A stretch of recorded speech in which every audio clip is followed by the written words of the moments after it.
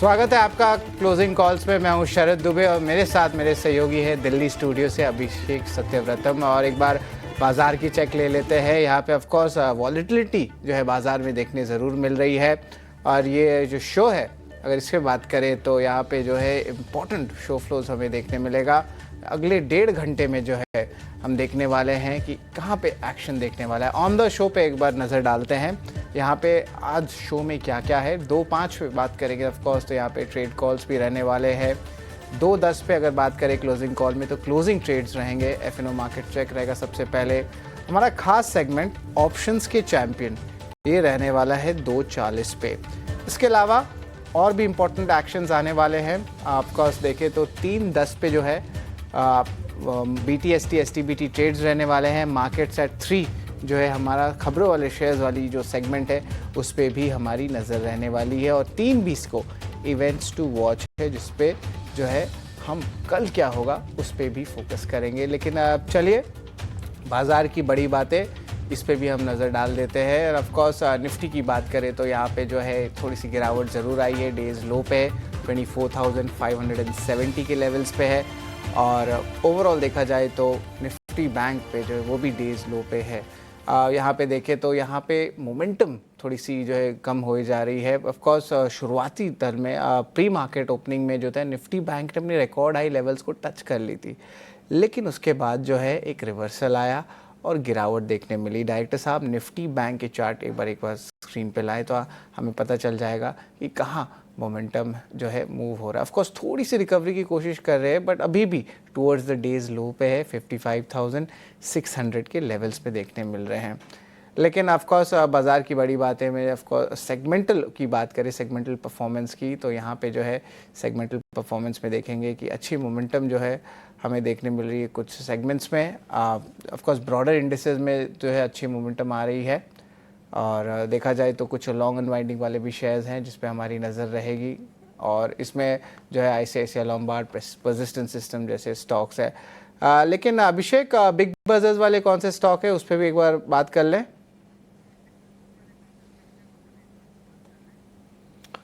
बिल्कुल, आज बाजार का मूड थोड़ा सा हम देखने की डामाडोल है। शुरुआत अच्छी हुई थी और जितना गिफ्ट निफ्टी इंडिकेट कर रहा था शरद, उससे कहीं ज़्यादा तगड़ी ओपनिंग निफ्टी ने दिखाई थी, निफ्टी बैंक ने दिखाई थी। और उसके बाद एक प्रॉफिट टेकिंग का दौर आ गया। एक्शन वाले स्टॉक्स की बात कर लेते हैं कि बिग बजर्स कौन से हैं। तो सबसे पहले यस बैंक को लेकर आइए, ओला इलेक्ट्रिक को लेकर आइए। मार्केट खुलते ही इन दोनों शेयरों में ब्लॉक डील की खबरें आई। यस बैंक में करीब 3% के आसपास की इक्विटी ट्रांसफर हुई है और ओला इलेक्ट्रिक में 3.25% इक्विटी के सौदे हुए हैं और दोनों के दोनों शेयर आज धराशायी हो गए हैं। यस बैंक फिर से 21 रुपए के आसपास से, कल हमने 8% के आसपास की तेजी दिखी थी, लेकिन आज ये बिकवाली हो रही है और खबरें आई हैं कि PE निवेशकों ने इसमें शेयर बेचे हैं। बैंकिंग शेयरों में आज हम देख रहे हैं कि कमजोरी हावी हो रही है और आज सरकारी के साथ साथ प्राइवेट के साथ साथ सरकारी बैंक भी टूट रहे हैं। 2 दिन से हम देख रहे थे कि जो PSU बैंकिंग स्टॉक्स थे वहां पर मोमेंटम बिल्ड हो रहा था, लेकिन आज प्रॉफिट टेकिंग के शिकार वो भी हो रहे हैं। जो axis bank, IDFC first bank, IOB, UCO bank, आप देखिए 2 प्राइवेट बैंक और 2 सरकारी बैंक, ये हमने लिस्ट में शामिल किए हैं और यहाँ पर गिरावट थोड़ी ज्यादा है। लेकिन फर्टिलाइजर शेयर में हरियाली है क्योंकि मानसून पहले आ गया था और मानसून की को लेकर कमेंट्री जो रही है IMD की तरफ से वो अच्छी रही है। तो फर्टिलाइजर शेयर में हम देख रहे हैं कि बाइंग हो रही है। फैक्ट, RCF, दीपक फर्टिलाइजर, GSFC, ये कुछ शेयर हैं जहां पर तगड़ी बाइंग है। 17% ऊपर फैक्ट का शेयर कारोबार कर रहा है, 1000 रुपए के ऊपर जाकर एक झटके में आज 150 रुपए जोड़ लिए हैं इस शेयर ने। आगे इस पर हम चर्चा भी करेंगे कि आपकी रणनीति क्या होनी चाहिए और अगर किसी को नई रणनीति अगर बनानी हो इस फर्टिलाइजर वाले स्पेस में तो आपके लिए मौके अभी कहां पर बन रहे हैं। एक और खेमा जहां पर हम तेजी देख रहे हैं, कल भी हमने देखा था कि रियल एस्टेट शेयर में तेजी हो रही थी। कल बैंकिंग और रियल एस्टेट 2 सेगमेंट ही चल रहे थे। बैंकिंग तो आज सुस्त हो गया, लेकिन अगर आप रियल एस्टेट को देखेंगे तो वहां पर मजबूती बरकरार है। शोभा में तेजी हो रही है, ब्रिगेड एंटरप्राइजेज में तेजी है, प्रेस्टीज, लोढ़ा, इसमें आप देखेंगे तो जो बेंगलोर बेस्ड कंपनी है तो वहां पर ज्यादा तेजी आपको दिखेगी। बाकी मैक्रोटेक, लोढ़ा, ये भी एक दिग्गज कंपनी है, 1% के आसपास के मूव से। अदरवाइज शोभा में करीब 6% के आसपास का उछाल है और ब्रिगेड करीब 4% ऊपर कारोबार कर रहा है। ट्रिगर ये हो सकता है कि RBI की पॉलिसी आने वाली है 6 जून को और अब धीरे धीरे करके उम्मीदें सबकी हैं कि कम से कम 0.25% का रेट कट तो आएगा। तो 0.25% रेट कट अगर नहीं आया तब तो बड़ी निराशा होगी, लेकिन अगर 0.5% आ गया तो एक सरप्राइज एलिमेंट के तौर पर शायद काम करेगा और फिर शायद और शार्प रिएक्शन में देखेंगे। जो भी रेट सेंसिटिव स्टॉक्स हैं, यानी कि बैंकिंग हो गया, ऑटो हो गया और रियल एस्टेट हो गया, यहां पर आप रौनक देखेंगे आगे भी। शिप बिल्डिंग शेयरों में भी दमदार तेजी देखने को मिल रही है। आज आप देखेंगे कोचिन शिपयार्ड के शेयर में तेजी है, गार्डन रीच के शेयर में तेजी है और ये सुबह के सत्र में बाजार खुलने के साथ साथ इन शेयरों को हम नोटिस भी करवा रहे थे और अपने एक्सपर्ट से व्यू भी ले रहे थे। तो आज बाजार के डामाडोल वाले माहौल में कहां पर एक्शन हो रहा है, ये पूरी की पूरी लिस्ट है और इस पर आगे हम चर्चा भी करेंगे अपने एक्सपर्ट्स के जरिए।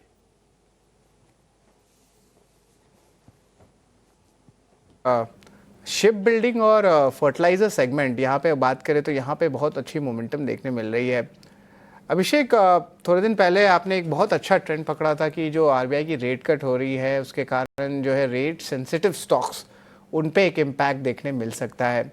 अभिषेक, यहाँ पे आपको क्या लगता है कि रेट सेंसिटिव स्टॉक्स में ऑलरेडी हमने थोड़ी तेज़ी देख ली है, पीएसयू बैंक्स में भी देखी, आज भी थोड़ा सा मोमेंटम आया है, यहाँ पे रनअप भी है, फ्राइडे को अनाउंसमेंट्स आने वाले हैं।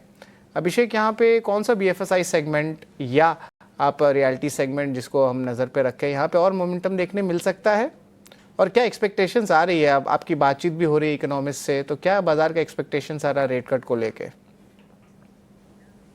अभिषेक, देखिए, एक्सपेक्टेशन तो ये है शरद कि 0.25% लोग मान के चल रहे कि 0.25% तो आ रहा है और अब बाजार क्या है कि एक डिस्काउंटिंग मशीन भी है। तो अगर ये कंसेंसस बिल्ड हो रहा है तो कहीं ना कहीं ये चीजें धीरे धीरे प्राइस में डिस्काउंट हो भी रहा है। तो शायद हो सकता है कि 0.25% आए तो बाजार उस पर कोई रिएक्शन ना दे। हाँ, स्टॉक स्पेसिफिक आपको मूव देखने को मिलेंगे, मतलब अगर आप देखेंगे ऑटो में, शायद रियल एस्टेट में थोड़े मूव यहाँ से बढ़ जाए। लेकिन मुझे लगता है कि जो पीएसयू बैंकिंग वाला जो खेमा है ना, स्पेशली जो मिड कैप बैंक्स हैं, काफी ज्यादा अंडर वैल्यूड हैं। मतलब अगर आप वैल्यूएशन की बात करें तो काफी ज्यादा वो रीजनेबल हैं। मॉनसून का प्ले भी है, एनपीए लगातार कम हो रहे हैं सरकारी बैंकों के। तो मुझे लगता है कि आज एक ब्रीदर लिया है, लेकिन गुंजाइश अभी ज्यादा है उस सेगमेंट में चलने के लिए। तो इस सेक्टर को ध्यान में रखना चाहिए और उसके अलावा रियल एस्टेट पैक में भी एक्शन देखने को मिल सकता है, क्योंकि डायरेक्टली लिंक्ड होती हैं। अगर अब रेट घटते हैं तो फिर होम लोन सस्ते होते हैं। देखिए, होम लोन क्या हुआ था कि शायद आपको याद होगा, अगर आपकी बातचीत हो रही होगी, 9% पर होम लोन की दरें पहुंच गई थी। तो और लोग थोड़ा सा ना किनारा करने लगे थे कि अच्छा, इतने हाई इंटरेस्ट रेट सिनेरियो में घर खरीदें तो कैसे खरीदें। अब 2 रेट कट पीछे हो चुके हैं, 0.25% का एक और आ जाए तो एक ना, अगर कंपनीज उसको पास ऑन करती हैं, अगर बैंक्स पास ऑन कर रहे हैं अगर सही से, तब तो ठीक है, एक बढ़िया अट्रैक्टिव मौका फिर से रियल एस्टेट में यहाँ से बिल्ड होते हुए देख रहे हैं। तो एक ये मिड कैप सरकारी बैंक और दूसरा रियल एस्टेट, ये मेरे फोकस में जरूर रहेंगे। ये मिड कैप सरकारी बैंक और रियल एस्टेट है और ऑफ कोर्स अच्छी जो है मोमेंटम रियल्टी स्टॉक्स में देखने मिल रहे हैं। अभिषेक, इंपॉर्टेंट लेवल्स क्या रहेंगे? ऑफ कोर्स आज देखें तो इंपॉर्टेंट लेवल्स टूटने लगे हैं, निफ्टी के भी और निफ्टी बैंक के भी। Nifty bank of course all time high levels के पास टच भी हुआ था या actually all time high cover हो गया था, लेकिन ऑफ कोर्स खुलने के बाद करेक्शन देखने मिली है। आज को देख के इंपॉर्टेंट लेवल्स अब क्या चेंज होने वाले हैं? निफ्टी के भी बताएं अभिषेक और निफ्टी बैंक के भी बताएं। जी शरद, आपको सुबह याद होगा निफ्टी कितना ऊपर, गिफ्ट निफ्टी कितना ऊपर था? हार्डली 20 से 25 पॉइंट। हम खुले कितने? खुलते ही निफ्टी ने सेंचुरी मार दी। निफ्टी बैंक में हमने देखा कि 200 अंकों के आसपास की तेजी बनी, लाइफ हाई बना है निफ्टी बैंक में, लेकिन वो तेजी सस्टेन हो नहीं पाई। देखिए, है क्या ना कि ग्लोबल जो सेटअप है, ग्लोबल जो माहौल है, वो थोड़े आपके लिए नेगेटिव हैं। चाहे आप जियोपॉलिटिकल की बात करें या फिर टैरिफ वाला मसला। टैरिफ पर कहां तक बात बढ़ी? 2 अप्रैल को हम जहां पर खड़े थे वहां से हम कितने आगे आए हैं? क्या सेंटिमेंट पॉजिटिव हुआ है? बीच में ऐसा लग रहा था कि हाँ पॉजिटिव हो रहा है, लेकिन अचानक से फिर से चीन के और अमेरिका के रिश्ते में थोड़ी खटास देखने को मिल रही है। अमेरिका और यूरोपीय यूनियन के रिश्ते में थोड़ी तनातनी देखने को मिल रही है। जो बीच में एक टेम्पररी ट्रेड नेगोशिएशंस हुए थे अमेरिका और चीन के बीच में, दोनों देश कह रहे हैं कि उन्होंने उल्लंघन किया है। चीन कह रहा है कि अमेरिका ने उल्लंघन किया, अमेरिका कह रहा है कि चाइना ने उल्लंघन किया है।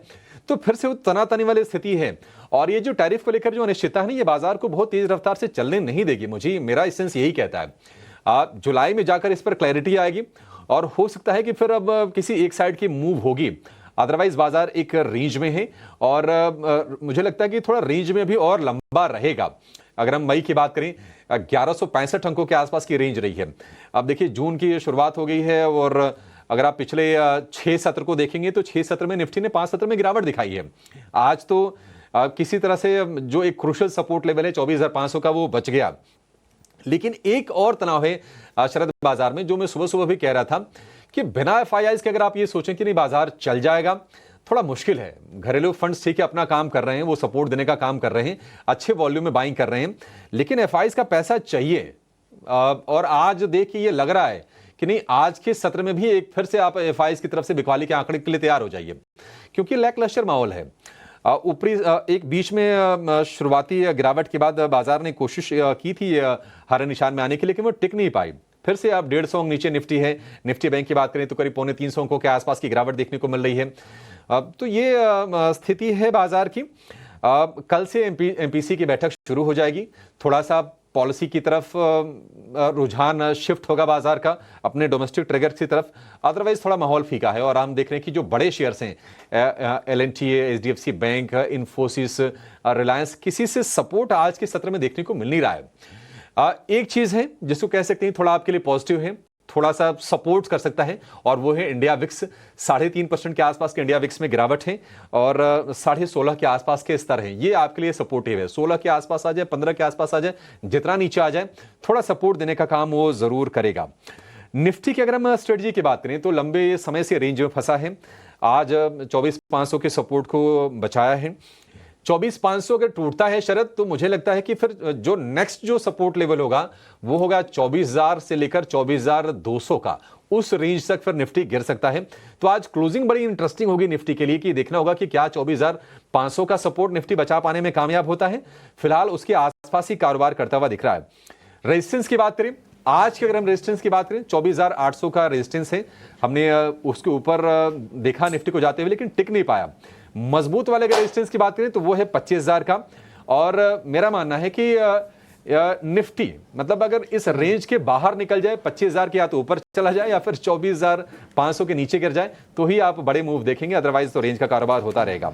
निफ्टी बैंक पर आते हैं।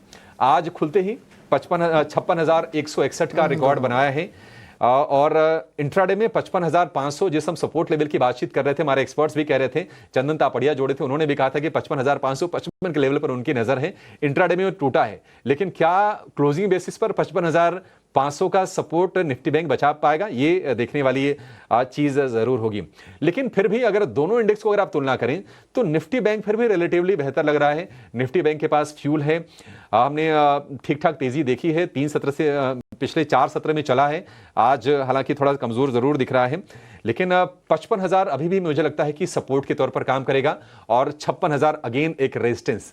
56,000 के ऊपर जाकर जब टिके 100-200 पॉइंट और जोड़ ले, उसके बाद मुझे लगता है कि फिर एक रैली के लिए आप तैयार हो जाएगा और वो रैली 1,500 पॉइंट से 2,000 पॉइंट के आसपास की हो सकती है। पूरी की पूरी उम्मीदें अब आरबीआई से हैं।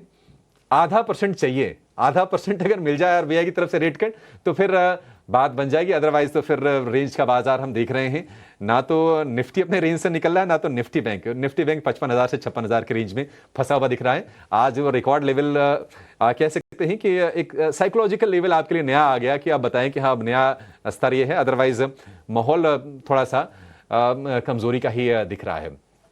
अपने एक्सपर्ट्स को जोड़ते हैं और उनसे ये समझते हैं कि बाजार में आपकी रणनीति यहां से होनी क्या चाहिए, कहां पर कमाई के मौके मिलेंगे, शेयरों की चर्चा करेंगे।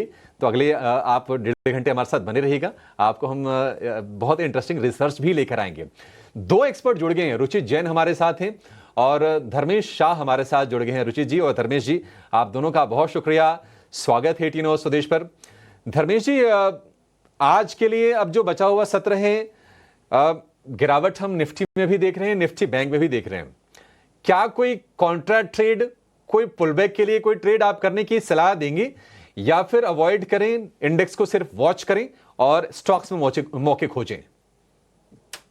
Good afternoon and definitely I think so जो मार्केट का भी जो बिहेवियर है, it's more of stock specific action likely to continue going forward. तो हमें लग रहा है कि मार्केट और ट्रेडिंग रेंज में निफ्टी है, नीचे में 25,400 450 का सपोर्ट पकड़ के चलिए और ऊपर में 24,800 to 900 likely to act as a resistance. वो फॉर ट्रेडिंग रेंज है, लास्ट 1 घंटा में हमें लग रहा है कि थोड़ा रिकवरी आना चाहिए निफ्टी में after finding support at around 24,500 levels. Going forward we believe I think so stock specific actions काफी रहेगी. तो यहाँ पे मेरे को लग रहा है जैसे कि फर्टिलाइजर स्पेस है कि आपकी डिफेंस है, I think so that where we see a more for actionable happening in to. I think Dharmesh ji का फीड पे जो है थोड़ी इम्पैक्ट ज़रूर आई है, लेकिन रुचित अब आपके पास आता है. बाजार में जो है रेंज बाउंड मूवमेंट देखने मिल रहा है और अभिषेक ने बहुत इंपॉर्टेंट लेवल्स पे जो है फोकस करने बोले, निफ्टी हो या निफ्टी बैंक हो. रुचित, यहाँ पे मैं एक कॉलेज स्टूडेंट हूँ, मान के चलिए नए नए मैं स्टॉक मार्केट में अभी भी एंट्री किया हूँ. करंट लेवल्स पे जो है क्या लेवल्स पे कुछ एक्शन मुझे लेना चाहिए? मेरे फर्स्ट ट्रेड होने वाले एफएनओ में आ रहे हैं, निफ्टी बैंक में इंडेक्स में खेल रहे हैं. रुचित, क्या होगा यहाँ पे? कुछ प्ले करेंगे कि वेट करेंगे? निफ्टी बैंक दोनों. एक कॉलेज स्टूडेंट अपना पहला ट्रेड लेने वाला है. जी, very good afternoon. I think no, अगर आप पहला ट्रेड ले रहे हैं तो rather than very short term आप 1 से 2 दिनों से ज्यादा थोड़ा पोजिशनल ट्रेड सेटअप समझे मार्केट्स में, और नो ये जो पोजिशनल व्यू है उसके डायरेक्शन में ही जाए. हमने देखा है कि रिसेंटली जो मार्केट्स में बॉटम बना था उसके बाद हमने मिड मे तक एक अच्छा high top high bottom structure का फॉर्मेशन देखा और एक अप ट्रेंड का कंटिन्यूएशन देखा. मिड मे के बाद में 15 मई के एग्जैक्ट 15 मई के बाद में हम जो ये फेज देख रहे हैं वो मोर एक करेक्टिव फेजेस है. और करेक्शंस मार्केट्स में 2 टाइप के होते हैं. एक तो प्राइस वाइज करेक्शन के जहां पे हम शार्प प्राइस वाइज डिप देखते हैं, या फिर टाइम वाइज करेक्शन के जहां पे कुछ समय तक एक कंसोलिडेशन देखने मिलता है. तो अभी जो हम मार्केट्स में देख रहे हैं वो मोर एक time wise correction tip phase है कि जो जिसे हम कंसोलिडेशन भी कहते हैं, और ये एक अप ट्रेंड का ही पार्ट है.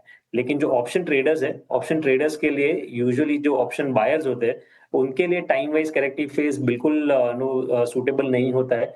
क्योंकि आप देखेंगे तो जो साइडवेज मूव रह जाता है इंडेक्स में, आपका मंदी का भी व्यू नहीं बनता है, और साइडवेज मूव में आपके ऑप्शंस की जो टाइम वैल्यू है वो भी स्लो एंड ग्रेजुअली डीके हो जाती है. सो इसीलिए ये समय नहीं है कि आपको ऑप्शंस बाइंग के लिए जब तक मोमेंटम रिज्यूम नहीं होता है तब तक सिग्निफिकेंट एंट्री लेनी चाहिए. बट ये जैसे आपने कहा कि ये मोर अगर आप नए नए मार्केट्स में आए हो तो सबसे बेहतर है कि यहाँ पे ईटीएफ्स के थ्रू प्ले करें मार्केट्स में, अगर इंडेक्स में प्ले करना है तो. कि क्योंकि एक टाइम वाइज करेक्टिव फेज है, एक बार ये टाइम वाइज करेक्टिव फेज खत्म होता है फिर आप अपट्रेंड का रिजम्पशन फिर से देखेंगे. 24,450 के आसपास एक काफी इमीडिएट शॉर्ट टर्म सपोर्ट है. सो आई थिंक निफ्टी 20 के फॉर्म में आप ईटीएफ में खरीदारी करने के लिए बहुत अच्छा मौका है ये. So I would suggest going long in the markets but more through an ETF of थोड़ा सा पोजिशनल व्यू लेके चले तो यहाँ से मार्केट्स में अच्छे रिटर्न्स आपको इंडेक्स फंड में मिलेंगे. रुचित ने जो है फर्स्ट टाइम ट्रेडर्स के लिए या इन्वेस्टर्स के लिए, कॉलेज स्टूडेंट है जो पहले अर्निंग आई है उस पर अगर वो फोकस करेंगे तो यहाँ पे ईटीएफ या निफ्टी 20 पे लाइए. और ऑफ कोर्स जब टाइम वाइज करेक्शन होता है तो ऑप्शन प्लेयर्स के लिए ये नेगेटिव रहता है. तो इस पे जो है हमारी जो है चर्चा ज़रूर रहेगी और अलग अलग नए कैरेक्टर्स आएंगे जिनसे हम बात करते हैं, उनकी भी रिक्वेस्ट हम अपने गेस्ट के साथ डालेंगे. लेकिन बाजार में रुचित टेक्निकल कॉल्स क्या रहेंगे आपके, ये बताएं.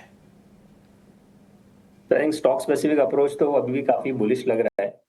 तो 2 स्टॉक्स है जहाँ पे खरीदारी की सलाह है. सबसे पहले तो भारत फोर्ज में खरीदारी की सलाह है. रिसेंटली हमने हाई टॉप हाई बॉटम का स्ट्रक्चर ये स्टॉक में बनते देखा है. जो भी कंसोलिडेशन हुए हैं पिछले 6-7-8 ट्रेडिंग सेशन में, उसमें एक बुलिश फ्लैग पैटर्न का फॉर्मेशन चार्ट पे हुआ है, और 20 दिन का मूविंग एवरेज जिसे हम शॉर्ट टर्म सपोर्ट या रेजिस्टेंस मानते हैं वो एक अच्छा सपोर्ट एक्ट कर रहा है ये स्टॉक में. सो करंट लेवल से भारत फौज में हमें लग रहा है कि एक अच्छी तेजी शॉर्ट टर्म में रह सकती है. 1240 के नीचे स्टॉप लॉस रख के खरीदारी की सलाह है 1340 के अराउंड के टारगेट्स के लिए. और डिफेंस स्पेस में से ही बीईएमएल रहेगा दूसरा पिक के, जहां पे हमने रिसेंटली काफी स्ट्रॉन्ग प्राइस वॉल्यूम एक्शन देखा है. जो प्राइस अपमूव्स हमने इसी महीने में इसी लास्ट मंथ के एंड में देखा था, काफी अच्छे वॉल्यूम्स के साथ स्टॉक में ब्रेकआउट आए थे. उसके बाद छोटे मोटे कंसोलिडेशन या करेक्शन आए, बट जब भी स्टॉक में कोई डिप आया उसके बाद में कोई डिप में कोई वॉल्यूम बेस्ड सेलिंग नहीं है. तो जब स्टॉक ऊपर जा रहा है तो वॉल्यूम्स हो रहे हैं, करेक्शन हो रहा है तो कम वॉल्यूम्स हो रहे हैं. ये क्लियर एक पॉजिटिव साइंस है स्टॉक के लिए. सो बीएमएल भी यहाँ पे खरीदारी की सलाह रहेगी. करंट लेवल्स पे 4160 के नीचे स्टॉप लॉस रख के 4650 तक के नियर टर्म टारगेट्स हम इस स्टॉक में एक्सपेक्ट कर रहे हैं. दोनों ही डिफेंस स्पेस से, ऑफ कोर्स भारत फौज का ऑटो सेगमेंट भी है. दोनों कॉल्स के बार रिपीट कीजिए. बीएमएल टारगेट 4650, स्टॉप लॉस 4160 का बाई का रेटिंग है. भारत फौज target 1340, by rating, stop loss 1240.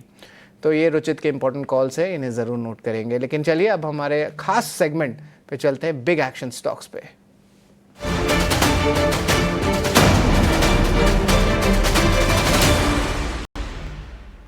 तो किन शेयरों में बिग एक्शन देखने को मिल रहा है, बताने के लिए अशेषा जुड़ रही है हमारे साथ। शरद, गुड आफ्टरनून। सबसे पहले BEML से ही शुरुआत करेंगे। अभी अभी रुचित उसके बारे में बता रहे थे। स्टॉक में करीब 2 से 2.5% की तेजी आज के सत्र में दिखी है और FY26 यानी वित्त वर्ष 2026 में रेलवे और मेट्रो से बड़े प्रोजेक्ट्स मिलने की उम्मीद है। कंपनी के लिए नए ऑर्डर विंस कंपनी एंजॉय कर पाएगी, जिसके चलते 2 से 2.5% की तेजी आज इस स्टॉक में दिखी है। कई सारे डिफेंस रिलेटेड स्टॉक्स में तेजी है। इस स्टॉक भी 2% की तेजी के साथ कारोबार करता हुआ। इसके अलावा बाटा इंडिया की पर फोकस करेंगे। नुवामा की बड़ी रिपोर्ट आई है, उन्होंने डाउनग्रेड किया है शेयर को, जिसके चलते स्टॉक पर आज के सत्र में दबाव दिखा है। नुवामा की रेड्यूस की रेटिंग बरकरार है, लेकिन लक्ष्य जो पहले 1180 रुपये था वो अब घटाकर 1011 रुपये प्रति शेयर कर दिया है। तो स्टॉक को डाउनग्रेड, टारगेट प्राइस घटाया है, जिसके चलते बाटा इंडिया इस स्टॉक में आज के सत्र में गिरावट दिखी है। इसके अलावा एक और स्टॉक जो ब्रोकरेज रिपोर्ट्स के दम पर आज फोकस में है वो है यूनाइटेड स्पिरिट्स। यहाँ पर JP मॉर्गन का अपग्रेड आया है, उन्होंने स्टॉक को अपग्रेड किया है। पहले न्यूट्रल की रेटिंग थी, वो बढ़ाकर ओवरवेट की रेटिंग दी है और टारगेट प्राइस 1415 रुपये प्रति शेयर से बढ़ाकर 1760 रुपये प्रति शेयर का किया है। उनका मानना है कि कंपनी का आउटलुक काफ़ी पॉजिटिव है, अर्निंग्स ग्रोथ काफ़ी अच्छा रह सकता है, जिसके चलते उन्होंने अर्निंग्स और EPS एस्टिमेट्स भी बढ़ाए हैं। तो इस JP मॉर्गन की अपग्रेड की रिपोर्ट के चलते यूनाइटेड स्पिरिट्स में आज अच्छा खासा उछाल देखने को मिला है। इसके अलावा कई सारी सीमेंट कंपनियां आज फोकस में है।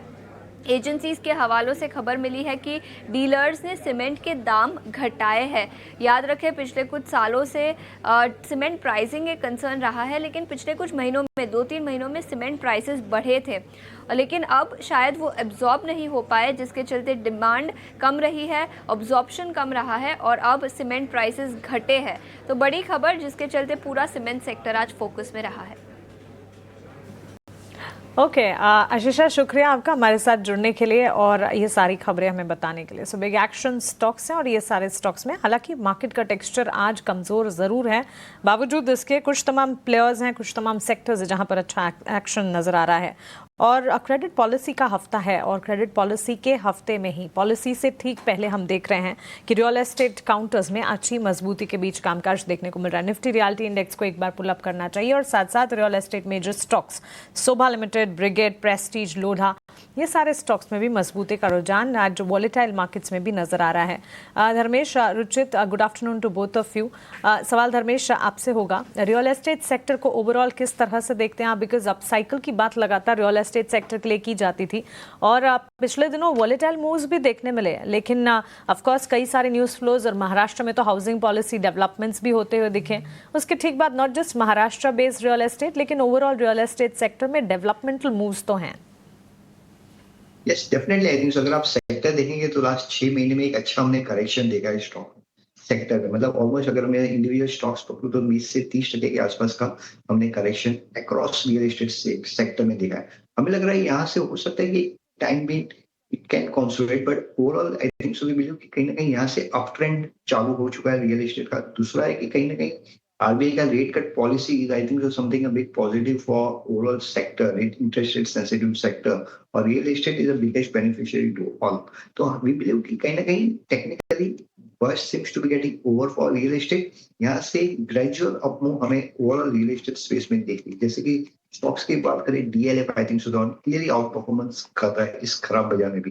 तो हमें लग रहा है जैसे DLF है, प्रेस्टीज है, कोयटे पाटिल है, ये सब स्टॉक्स में डेफिनेटली देखना चाहिए। यहाँ से हमें लग रहा है 10 से 15% की अपसाइड ओवरऑल सेक्टर में देख सकते हैं।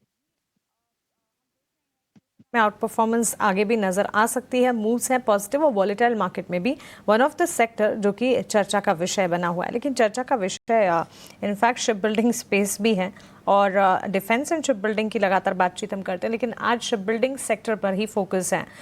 इन्हें हमने हमारे बिग बजर्स की लिस्ट में भी शामिल किया था और Cochin shipyard, garden reach ship builders, ये सारे स्टॉक्स 6 से 7% की तेजी दिखा चुके हैं। Ruchit, good afternoon. Mazagon dock में भले ही 2% के अप मूव्स आज के सत्र में, लेकिन कोचिन शिपयार्ड और गार्डन रीच को देखें, कितनी मजबूती के बीच कामकाज है। एग्जिस्टिंग पोजीशंस जिनके लिए हैं वो भी सोच रहे होंगे कि किन स्तरों पर प्रॉफिट बुक करने के बारे में सोचे या फिर निकले भी या नहीं, बिकॉज अच्छा खासा एक्शन दिखता है इन स्टॉक्स में। और नई पोजीशन वाले तो कंफ्यूजन में ही होंगे। जी, very good afternoon. Well, in fact defence as a space अगर देखेंगे तो काफी सिग्निफिकेंट आउट परफॉर्मेंस ये स्टॉक ने पिछले 1-1.5 महीने में दिखाया है और अभी भी कोई ऐसे ट्रेंड रिवर्सल के सिग्नल्स नहीं है कि नो इन स्टॉक्स में कोई सिग्निफिकेंट प्रॉफिट बुकिंग या कोई भी सिग्निफिकेंट डिप यहाँ से आया है।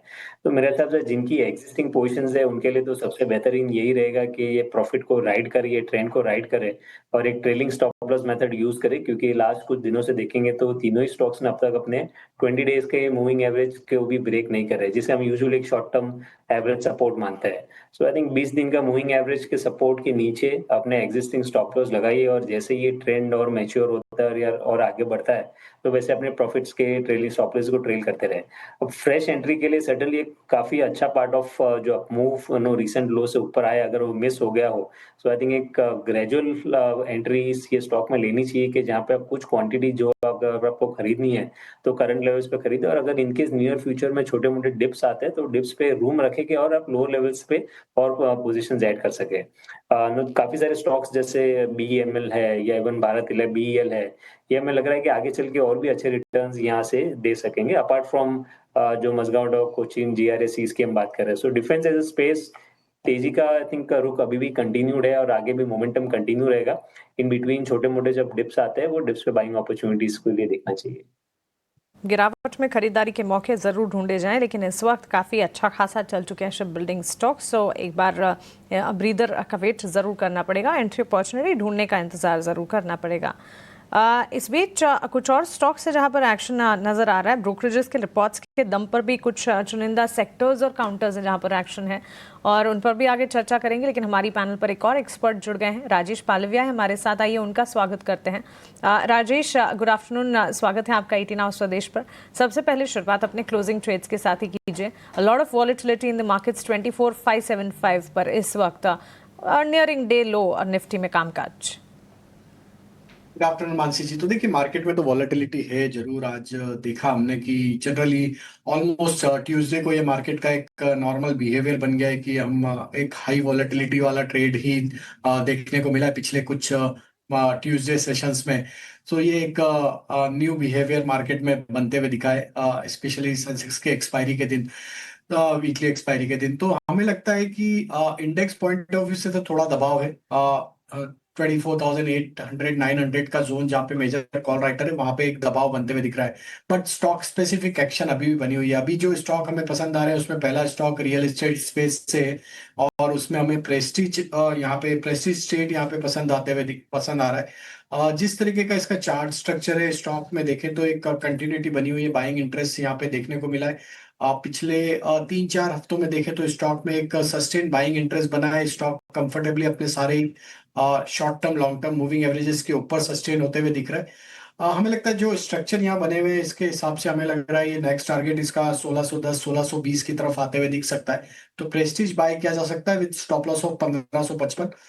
दूसरा स्टॉक या स्पेस जो पसंद आ रही वो हमें फर्टिलाइजर एंड केमिकल स्पेस अभी पसंद आ रही। काफी स्टॉक्स में एक अच्छा एक्यूमुलेशन देखने को मिला है। वही हमें जीएसएफसी का स्ट्रक्चर यहाँ पसंद आ रहा है।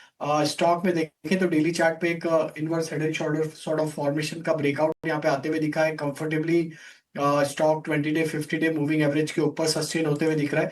आज का वॉल्यूम एक्शन भी देखें तो काफी इंकरेजिंग वॉल्यूम एक्शन आज यहाँ पे बनते हुए दिखा है। हमें लगता है जीएसएफसी में यहाँ से मूव 225 230 की तरफ बढ़ते हुए दिख सकता है। तो गुजरात स्टेट फर्टिलाइजर को बाय किया जा सकता है 220 के टारगेट के लिए। स्टॉप लॉस रखना होगा 205 का। ओके, सो फर्टिलाइजर स्पेस में गुजरात स्टेट फर्टिलाइजर और साथ ही प्रेस्टीज एस्टेट ये लगातार हमारे एक्सपर्ट्स के रेडार पर हैं। ब्रोकरेजेस की बुलिश रिपोर्ट और रिपोर्ट्स की माने तो 1700 और उसके बाद 2300 तक के लक्ष्य भी प्रेस्टीज एस्टेट में नजर आ सकते हैं। अपसर्ज है और ये अपसर्ज जारी रहेगा। फर्टिलाइजर स्टॉक्स में भी तेजी है और इस पर भी आगे रिसर्च कर हम आपको बताएंगे कि आखिर फर्टिलाइजर सेक्टर की इतनी अच्छी तेजी के पीछे की वजह क्या है। ऑन दिस नोट एक छोटे से ब्रेक के लिए हम रुक रहे हैं। ब्रेक के उस पार चर्चा जारी रहेगी, आप बने रहें।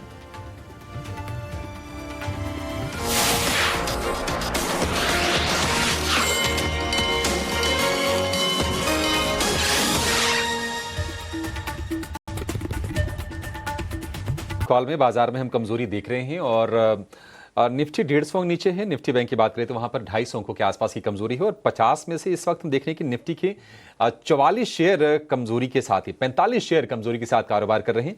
जो शेयर तेजी वाले हैं उसमें Hindalco, Bajaj auto, M&M, Shriram finance और ग्रासिम के लिए ट्रिगर अलग था क्योंकि ग्रासिम एनसीडी के जरिए 1000 करोड़ रुपए जुटाने जा रही है, तो उसके चलते शेयर में तेजी देख रहे हैं। अदरवाइज आज बाजार का जो माहौल है वो खराब है।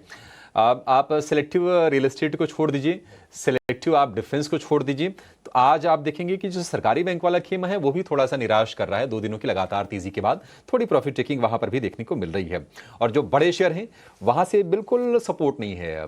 Reliance, HDFC bank, L&T, Infosys, आज ये सारे के सारे कमजोरी ही दिखा रहे हैं। एक और एक्सपर्ट का स्वागत कर लेते हैं। हमारे साथ जुड़ गए हैं कोटक सिक्योरिटीज के अमोल आठवले। अमोल जी, बहुत शुक्रिया आपका समय देने के लिए, स्वागत है। अमोल, आप बताइए आपकी नज़र बाजार में कहाँ पर गई है और आपके हिसाब से बढ़िया ट्रेड करके पैसे कमाने के मौके कहाँ पर बन रहे हैं? जी नमस्ते and good afternoon. I think आज थोड़ा सा बाजार में दबाव बढ़ता ही गया है। 2 चीजें हुई है, एक तो एक लॉन्ग बेरिश कैंडल फॉर्म हुई है डेली चार्ट्स पे और 20 डे सिंपल मूविंग एवरेज के नीचे मार्केट थोड़ा सा ट्रेड होता हुआ दिख रहा है। शायद आज का क्लोजिंग भी उसके नीचे ही आने के चांसेस काफी ज्यादा है, तो ये थोड़ा सा वीक सेंटीमेंट बढ़ता हुआ दिख रहा है। हाउएवर आई थिंक अपने को देखना पड़ेगा कि अगर रिवर्सल आता है, क्योंकि 24,500 जो है वो अभी भी इंटैक्ट है। अगर उसके ऊपर के क्लोजिंग आते हैं तो रिवर्सल आने के चांसेस चार्ट्स पे अभी भी ब्राइट है। तो पोजिशनल पॉइंट ऑफ व्यू से जहाँ पे इंडेक्स में काफी सेलिंग है तो मिड कैप स्टॉक्स के ऊपर थोड़ा सा फोकस रहेगा। उसमें से पहला आई थिंक IRCTC के साथ जाना चाहूंगा। पोजिशनल पॉइंट ऑफ व्यू से देख रहा हूँ 775 के आसपास चल रहा है। पोजिशनली टारगेट निकल के आ रहे हैं 820 के और स्टॉप लॉस रहेगा उसका 750 का। एक डेली चार्ट्स पे अगर हम देखते हैं तो करेक्शन के बाद एक रिवर्सल फॉर्मेशन हुआ है 50 डे सिंपल मूविंग एवरेज के पास स्टॉक ने सपोर्ट लिया है। मुझे लगता है ब्रॉडर सेटअप अगर हम देखते हैं या वीकली सेटअप अगर हम देखते हैं तो वो अभी भी पॉजिटिव साइड पे है। मार्केट में अगर बाउंस बैक आता है तो IRCTC में भी अपना एक फ्रेश अप ट्रेंड रैली आने के चांसेस यहाँ से ज्यादा दिख के आ रहे हैं। दूसरा मैं जुबिलिएंट फूड के साथ जाना चाहूंगा। ये भी पोजिशनल पॉइंट ऑफ व्यू से देख रहा हूँ 657 के आसपास चल रहा है। 690 और 700 दो ऊपर के टारगेट्स निकल के आ रहे हैं। स्टॉप लॉस रहेगा उसका 645। करेक्शन में है, आज भी थोड़ा सा दबाव में था, बट अगर मैं लेवल के हिसाब से देखता हूँ तो एक प्रॉमिसिंग लेवल के आसपास चल रहा है। 200 डे सिंपल मूविंग एवरेज के पास स्टॉक कंसोलिडेट हो रहा है। कंसोलिडेशन थोड़ा सा डीप हो गया है। यहाँ पे अगर रिवर्सल फॉर्मेशन फॉर्म होता है तो जुबिलिएंट फूड में एक टेक्निकल बाउंस बैक देखने को मिल सकता है।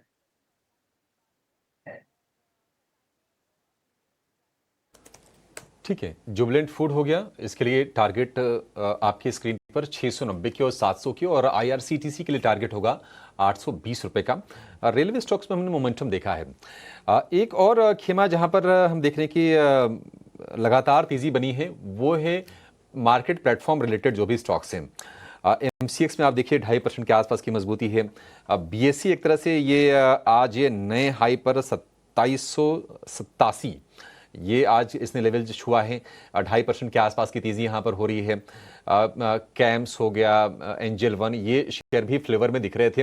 कल CDSL में कल गजब की तेजी बनी थी करीब 9% के आसपास की। राजेश जी, आपको भी लगता है कि ये जो थीम है बाजार में एक्टिव रहेगी? अगर हाँ तो कोई पसंदीदा शेयर जो आपके रडार पर हो? CDSL तो बहुत चल गया, अभी कितना चलेगा ये बता दीजिए, और क्या BSE इस लेवल पर भी प्लस करना है? अभिषेक जी देखिए, ये थीम में काफी बाइंग इंटरेस्ट यहाँ पे देखने को मिला है। पिछले कुछ हफ्तों में देखा हमने काफी शार्प रनअप इन सभी स्टॉक्स में बना है। BSE, CDSL, इवन MCX, बाकी जो दूसरे स्टॉक्स है, कैम्स, कैफिन टेक और बाकी ब्रोकिंग रिलेटेड स्टॉक्स में एंजल वन, तो ये सारे स्टॉक्स में जिस तरीके के मूव बना है, तो थोड़ा अगर यहाँ पे कूल ऑफ इफेक्ट या रिट्रेसमेंट मिलता है तो वापस बाय करना चाहिए। और हमें लगता है थीम अभी और चल सकता है, क्योंकि हमें लगता है जिस तरीके से मार्केट में पार्टिसिपेशन यहाँ पे इंटैक्ट है इक्विटी मार्केट में, तो यहाँ पे हमें लगता है कि ये स्पेस में एक कंटिन्यूटी रहेगी और प्रॉफिटेबिलिटी भी इंटैक्ट रहेगी ये सेगमेंट की। तो हमें लगता है कि यस, बने रहना चाहिए स्पेस में। और यहाँ पे अभी जो फ्रेश पसंदीदा स्टॉक हमें इस थीम में लग रहा है वो है एमसीएक्स का। यहाँ पे एक करेक्शन के बाद यहाँ पे V shape recovery weekly chart पे आते हुए दिखी है, और अब जिस तरीके से स्टॉक वापस अपने ऑल टाइम हाई ट्रेजेक्टरी को रिगेन करते हुए दिख रहा है, हमें लगता है एमसीएक्स यहाँ पे एक प्रॉमिसिंग स्टॉक लग रहा है। और हो सकता है पोजिशनली ये स्टॉक 7200 7300 की तरफ भी बढ़ता हुआ दिखे, तो बाय एंड एक्यूमुलेट की सलाह रहेगी एमसीएक्स में विद स्टॉप लॉस ऑफ 6750 के स्टॉप लॉस से बाय एंड एक्यूमुलेट किया जा सकता है। ये जो है अच्छी राय आई है। ऑफ कोर्स टेक्निकल जो गेस्ट है हमारे एग्री करेंगे मुझसे कि मार्केट रेंज बाउंड है, लेकिन एक चीज़ रेंज बाउंड नहीं है, वो है आईपीएल का क्रेज़।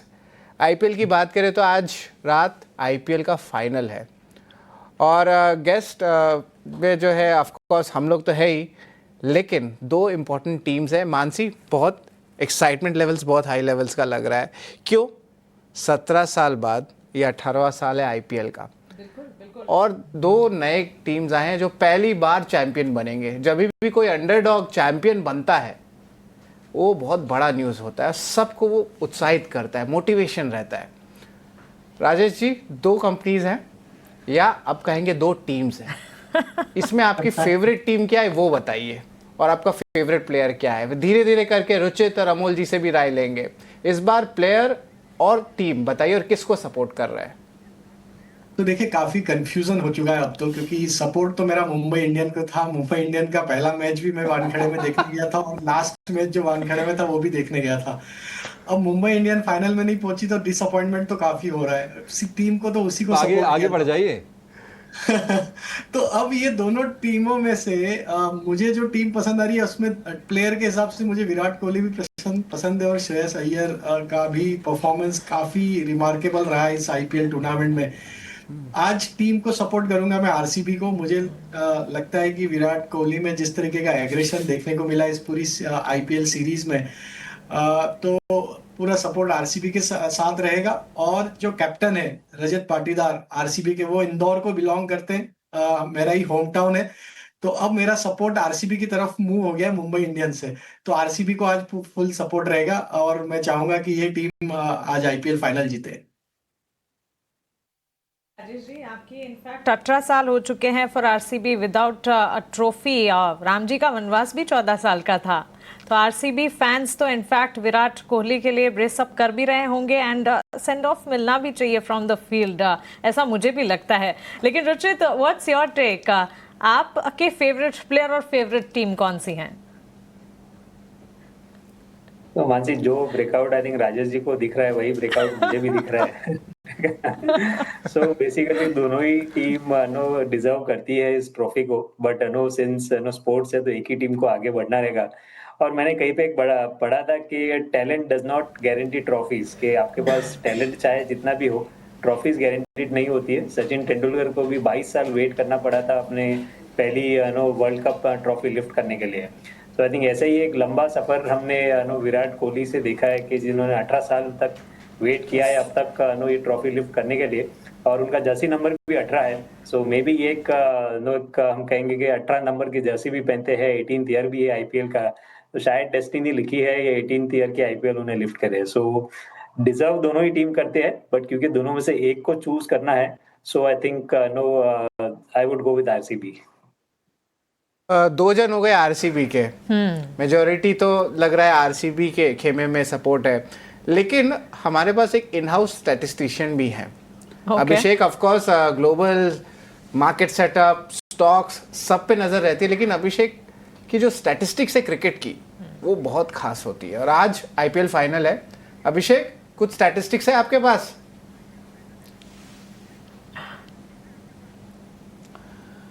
शरद देखिए, फाइनल जब गेम होता है ना तो स्टैट्स वैसे काम आते नहीं हैं। जो टीम एक दिन में अच्छा खेल गई, फाइनल का प्रेशर अलग होता है, तो अलग चीज़ होगी।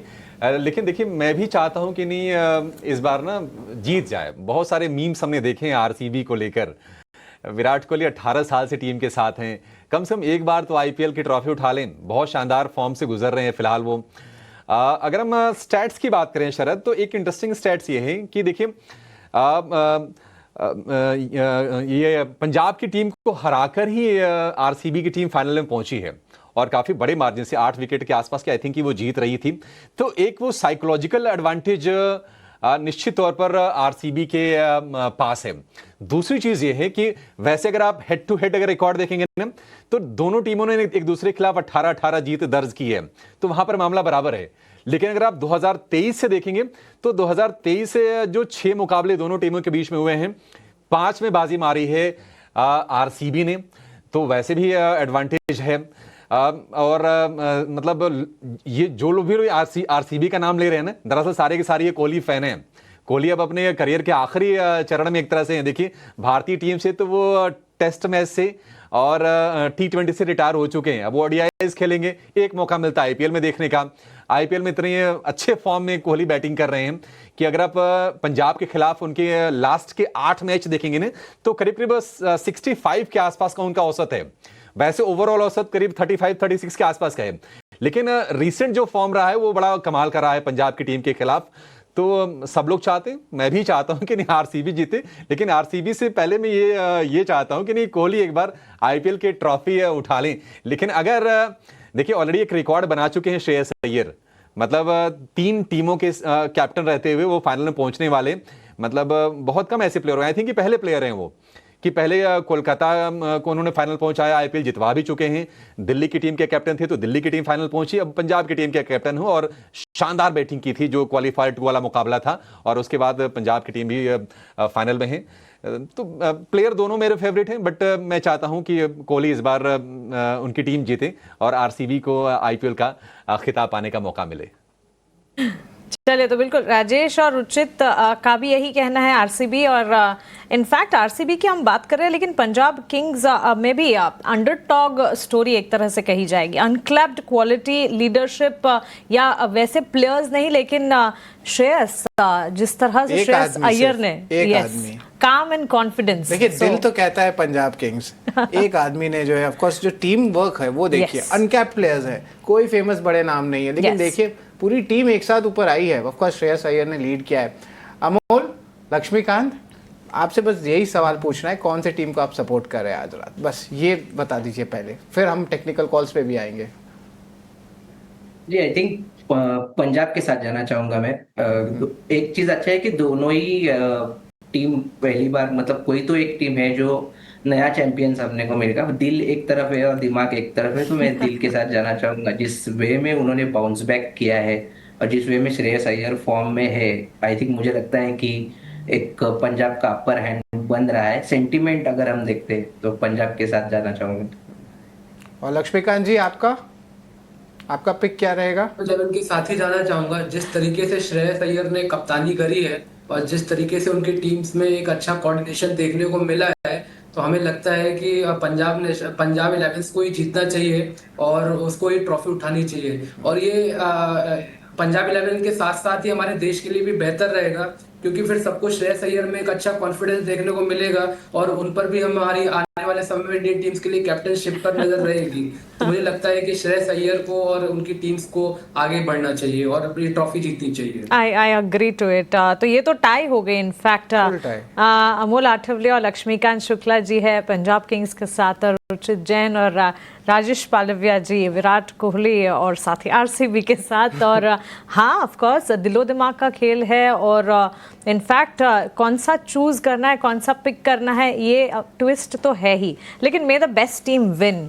और सिंपल वर्ड बताता हूँ, 2 लाइन है, अगर दिमाग है तो बैंगलोर है, दिल है तो पंजाब। लेकिन चलिए, रुचित जैन धन्यवाद, आप हमारे साथ जुड़े, और ऑफ कोर्स लक्ष्मीकांत जी, आपका जो है स्वागत है शो में, और अपने कॉल्स बताएं जल्दी से।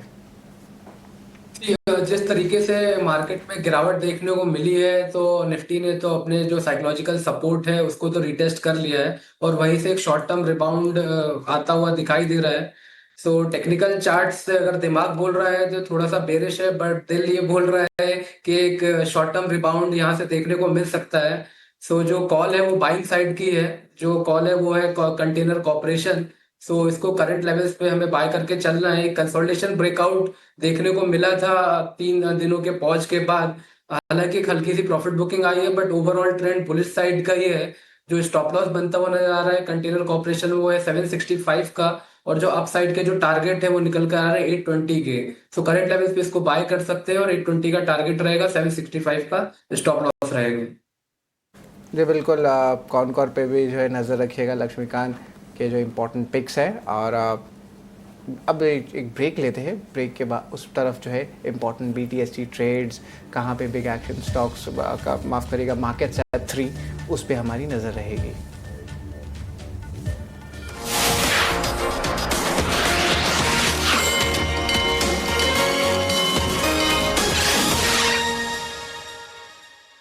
એ સંભાળ કર હા આ મારો પપ્પા ફોરેન થી લઈ આવ્યો। ब्रेक के बाद स्वागत है आपका। आप देख रहे हैं क्लोजिंग कॉल। 24,577 के लेवल्स पर इस वक्त निफ्टी में कामकाज करीब 140 अंकों की बिकवाली है और ड्यूरिंग द एंटायर सेशन हमने देखा है बिकवाली ही हावी होती रही है।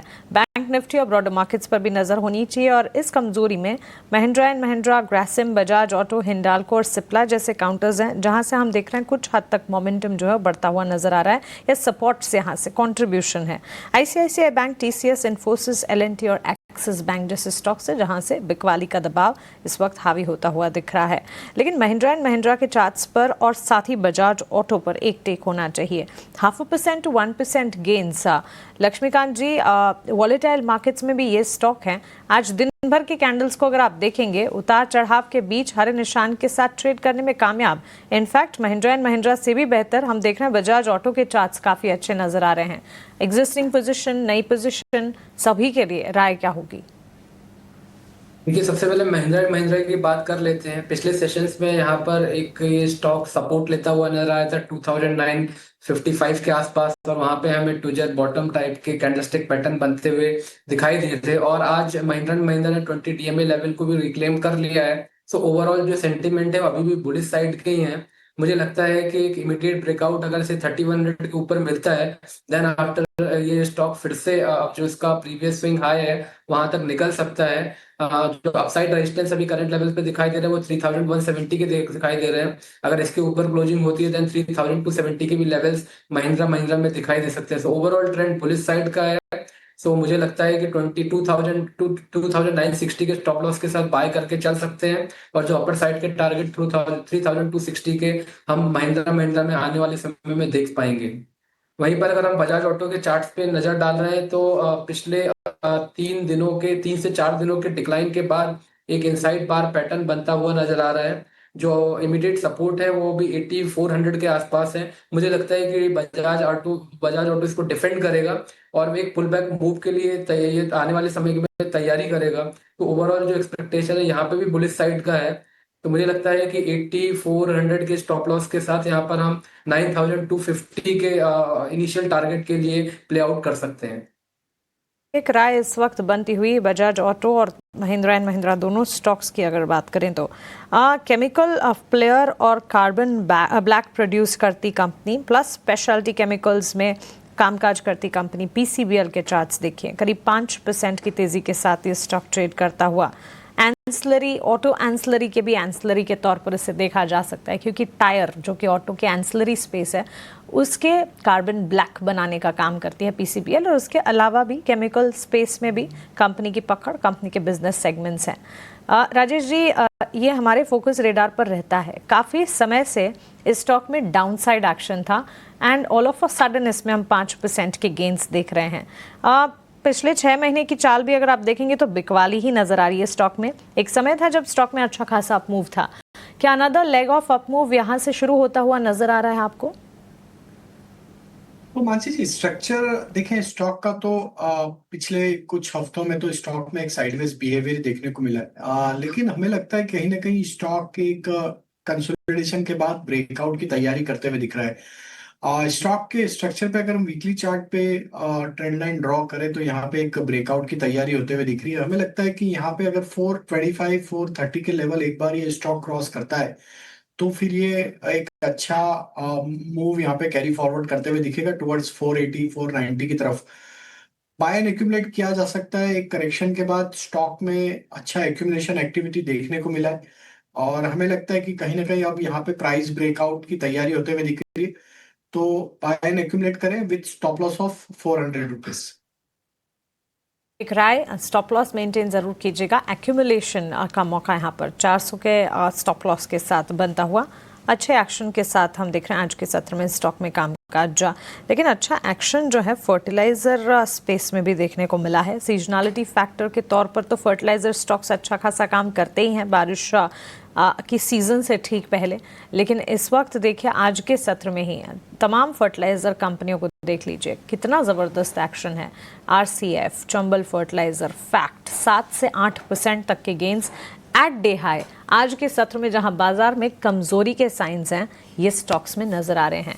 सिर्फ और सिर्फ सीजनलिटी फैक्टर ही नहीं हो सकता शरद, इसके अलावा भी कुछ ट्रिगर पॉइंट्स हैं जो कि फर्टिलाइजर को इतनी तेजी प्रदान कर रहे हैं। ये बिल्कुल मानसी, ऑफ कोर्स ये सीजनलिटी का सबसे मेन फैक्टर है, लेकिन कुछ एडिशनल छोटे फैक्टर्स है वो बताते हैं कि किस तरह जो है मोमेंटम जो है आपको बाजार में देखने मिल रहा है। खारिफ सीजन होती है, सोइंग होता है, यहाँ पे प्री अराइवल हुई मानसून की, खारिफ सोइंग के नंबर्स बहुत स्ट्रॉन्ग आ रहे हैं और एक डेटा है, गवर्नमेंट की डेटा है, बहुत डिटेलिंग करके मुझे ये डेटा मिली है, ये पब्लिकली अवेलेबल होता नहीं है, जहाँ पे एरिया कवरेज जो है बताया जाता है समर क्रॉप्स पे। यहाँ पे 30 मई तक का ही डेटा है, उतना कुछ खास डेटा आया, लेकिन जो इनिशियल डेटा है वो बहुत पॉजिटिव सिग्नल्स दे रहे हैं। जो भारी के डेटा होते हैं वो आपको जुलाई अगस्त में मिलेंगे। राइस पल्सेस 5 या 3% ऊपर है और जो टोटल एरिया कवरेज है सोइंग का, खरीफ क्रॉप्स का, वो 9% ऊपर चला गया ईयर ऑन ईयर बेसिस पे।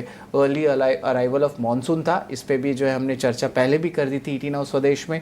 लेकिन एक इम्पॉर्टेंट न्यूज़ फ्लो है, खास करके जो एक्सक्लूसिव थी ईटी नाउ स्वदेश में, हमारे कलीग प्रकाश ने भी ब्रेक की थी कि फर्टिलाइजर सब्सिडी पे जो है एक्सटेंशन होने की बात हो रही है, तो उसके कारण ऑफ कोर्स स्टॉक्स में एक अच्छी मोमेंटम देखने मिल सकती है।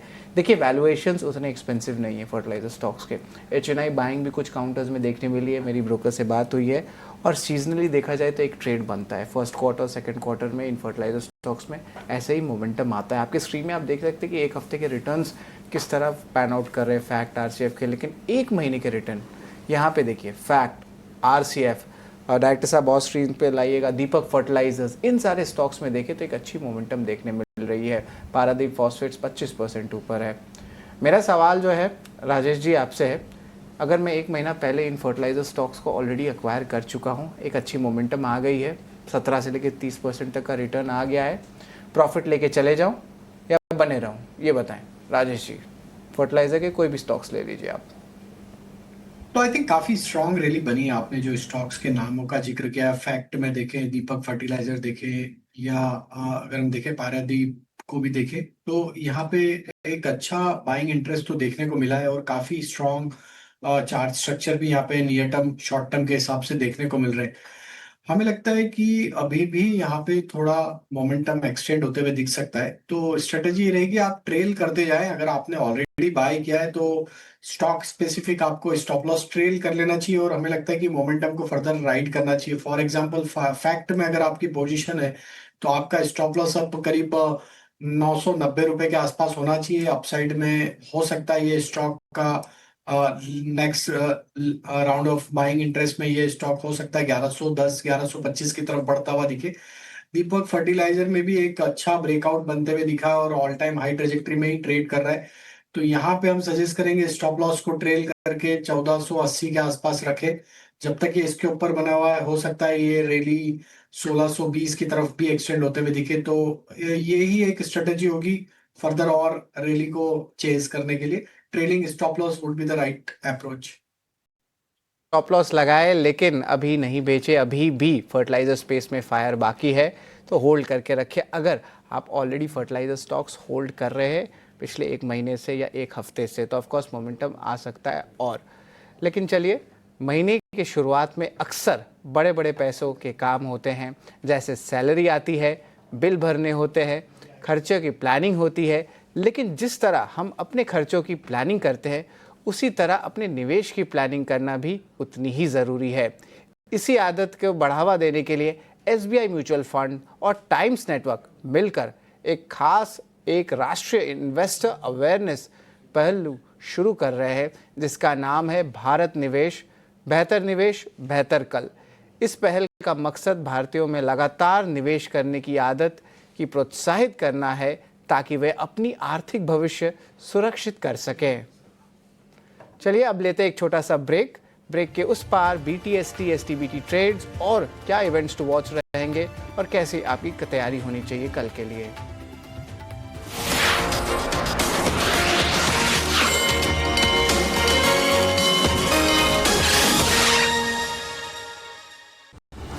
In association with SBI, best है सबको पता है।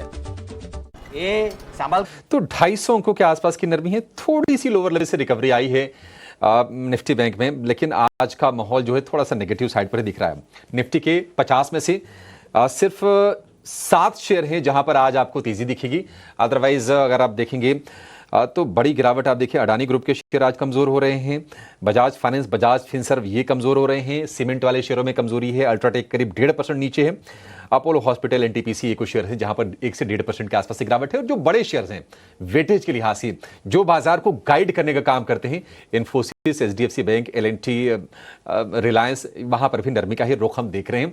और इसके चलते ही बाजार हम देख रहे हैं कि अब एक रेंज में फंसा हुआ, आधे घंटे का सत्र बचा है, 3 बज गए हैं, लेकिन 3 बजे हम लेकर आते हैं खास सेगमेंट मार्केट एट 3। और चलिए जानते हैं कि आज बाजार में किस तरह का कारोबार हुआ और कौन से शेयरों में दिखा है एक्शन खबरों के दम पर।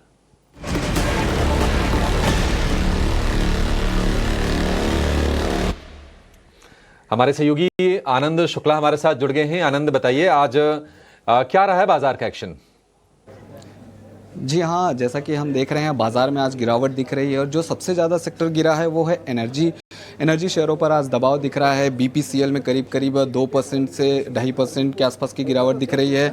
IOC और NTPC में भी 1.5 से 2% की गिरावट आज दिख रही है। इसके अलावा बात कर लेते हैं कि वॉल्यूम कहाँ ज़्यादा दिख रहा है। आज फर्टिलाइजर शेयरों में अच्छी तेज़ी है, फैक्ट के शेयर में करीब 17% की तेज़ी है आज, और औसत से करीब 10 गुना ज़्यादा वॉल्यूम फैक्ट के शेयर में दिख रहा है। साथ ही साथ येस बैंक की बात करें तो येस बैंक में ब्लॉक डील हुई है और येस बैंक में इस ब्लॉक डील के चलते 6% की गिरावट है और औसत से 6 से 7 गुना ज़्यादा वॉल्यूम यहाँ भी दिख रहा है। इसके अलावा बात करें F&O के टॉप गेनर्स की तो F&O के टॉप गेनर्स में बैंकिंग सेक्टर से फेडरल बैंक में 3% के आसपास की तेज़ी दिख रही है। साथ ही साथ रियल्टी सेक्टर से प्रेस्टीज स्टेट में करीब 2.5% की तेज़ी है और MCX में भी 2% से ज़्यादा की तेज़ी आज दिख रही है। ये सारे शेयर्स जो हैं वो F&O के टॉप गेनर्स बने हुए हैं। L&T पर एक खबर आई है जहां पर कंपनी को राजस्थान सरकार से 1000 से 2500 करोड़ की रेंज में ऑर्डर मिला है और ये जो ऑर्डर है वो ग्रामीण क्षेत्रों में पानी की सप्लाई के लिए कंपनी को मिला है। हालांकि जो शेयर है वो निचले स्तर से रिकवरी की कोशिश अभी कर रहा है। अंत में बात करते हैं एक ब्रोकरेज रिपोर्ट की, जहां पर टीटागढ़ रेल पर एंटिक की ब्रोकरेज रिपोर्ट आई है। एंटिक ने खरीदारी की राय तो दी है पर लक्ष्य जो है उसे घटा दिया है। लक्ष्य 1217 से घटाकर 1095 का दिया है और हमने देखा था कि कंपनी के जो नतीजे आए थे आय और मुनाफे में गिरावट देखने मिली थी। साथ ही साथ वित्त वर्ष 2026-27 के लिए जो अनुमान है उसमें भी 3 से 5% की कटौती की गई है। शेयर में 1% के आसपास की कमजोरी आज दिख रही है। तो 3 बजे के ये सारे अपडेट्स थे जिनकी वजह से इन सारे शेयरों में एक्शन आज दिख रहा है। आनंद, तो जहां पर एक्शन है वहां पर हमारी नजर है और ET9 स्वदेश आपको समय समय पर बाजार के पूरे एक्शन से रूबरू भी करवाता है। हमारे 3 एक्सपर्ट हमारे साथ बने हुए हैं और आज के सत्र में रह के जो नजर है वो जारी है फर्टिलाइजर स्टॉक्स पर। क्या गजब का मोमेंटम बना है। फैक्ट में करीब 18% के आसपास का उछाल है। NFL करीब 8% ऊपर, राष्ट्रीय केमिकल्स यानी कि RCF करीब 7% ऊपर, मद्रास फर्टिलाइजर में करीब 6% के आसपास की तेजी। और ये पूरा का पूरा जो खेमा है आज के सत्र में बजी है। थोड़ी देर पहले हम इसकी चर्चा भी कर रहे थे कि क्या ट्रिगर्स बन रहे थे। सरकारी कंपनीज की अगर बात हो रही है तो एक और शेयर है जिस पर लक्ष्मीकांत जी आपसे व्यू जानना चाहेंगे और वो है BEML का। हालांकि डे हाई से थोड़ा ये शेयर नीचे जरूर आए हैं लेकिन अभी भी 2.5% के आसपास की तेजी है। BEML में क्या नई तेजी की शुरुआत होगी और क्या इसमें आपके हिसाब से कोई सौदा बन रहा है? या डेफिनेटली 5 6 दिनों के प्रॉफिट बुकिंग के बाद यहाँ पर एक शॉर्ट टर्म पुल बैक आता हुआ नजर आ रहा है। बट जिस हिसाब से हमें निफ्टी में थोड़े से करेक्शन देखने को मिले हैं, उसका असर यहाँ पर भी है। बट मुझे लगता है कि एक बार ये 4450 के ऊपर अगर सस्टेन होगा, जहां से हम पोल एंड फ्लैग के ब्रेकआउट का एक्सपेक्टेशन रख सकते हैं। अगर वहां से उसको 4450 के ऊपर का ब्रेकआउट आता है, देन आफ्टर हमें यहाँ पर 4650 के भी लेवल्स आने वाले समय में हम देख पाएंगे। सो ओवरऑल स्ट्रेंथ है, बट अभी करंट लेवल पे तो बाइंग रिकमेंड नहीं करना चाहेंगे। बट अगर 4450 के ऊपर सस्टेन होता है, देन आफ्टर हम लॉन्ग रिकमेंड कर सकते हैं, और वहां से फिर हमें मोर देन 200 पॉइंट का गेन इस स्टॉक में नजर आएगा। और जो सपोर्ट है अभी फिलहाल नजर आ रहा है 4100 के ऊपर, तो जब तक ये 4100 के ऊपर रहता है तब तक हम इस ब्रेकआउट का एंटिसिपेशन कर सकते हैं।